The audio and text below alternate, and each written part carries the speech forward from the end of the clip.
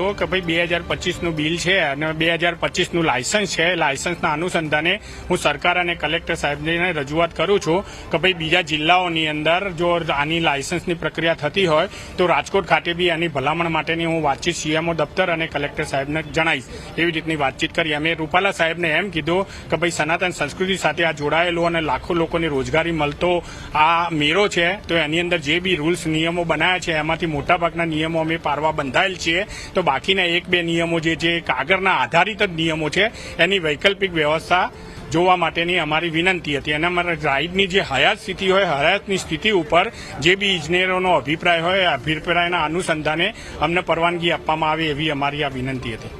લગભગ દરેક જિલ્લામાં મંજૂરીઓ મળે છે. એસઓપી આવ્યા બાદ ગુજરાતના લગભગ દરેક જિલ્લામાં તમને નામ લઈને કહું તો પોરબંદર જે સરકારી મેળો માધવપુરનો છે એમાં મંજૂરી મળેલી છે. જામનગર જિલ્લામાં મંજૂરી મળેલી છે.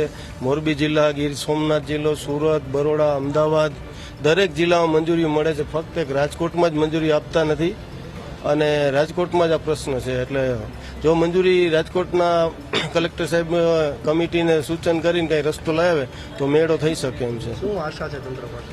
તંત્ર પાસે આશા છે કે લોકોનું મનોરંજન છે. ગરીબ માણસો આજે પૈસાવાળા લોકો તો મેળો કરવા બહાર જતા રહે છે, મુંબઈ જતા, માઉન્ટ આબુ જતા રહે છે, પણ ગરીબ માણસો છે એ તો બિચારા 365 દિવસ મજૂરી કરતા હોય. 5 દિવસે આપણે સૌરાષ્ટ્રમાં તો છે કે દીકરીઓ તહેવાર કરવા આવતી હોય, મેળામાં જતી હોય. જો સરકાર આ મેળો જ નહીં કરે તો બધા ગરીબો મનોરંજનથી વંચિત રહે અને લોકો રોજગારીથી વંચિત રહે, નાના માણસો. એક મુદ્દો એવો છે કે એમની પાસે જીએસટી બિલ વાળી એટલે મેન્યુફેક્ચરિંગની જે હોવી જોઈએ એ નથી. એ લોકોનું એવું કહેવું છે કે અમે આ બધું નાના માણસો પાસે બનાવીએ છીએ, કોઈ બ્રાન્ડેડ કંપનીની આ રાઈડો નથી. જે લોકોએ પરમેનન્ટ ઇન્સ્ટોલ કરવાની હોય છે એ લોકોને આ બધું પરવડે, પણ આ પ્રકારની સાદી રાઈડો અમે બનાવતા હોઈએ એટલે એક પ્રકારની દેશી સનેડા ટાઈપનું આ એમનું કામ છે. એટલે અમારી પાસે એના એ લાયસન્સો નથી. તેમ છતાં અમને મળવું જોઈએ. સામે પક્ષે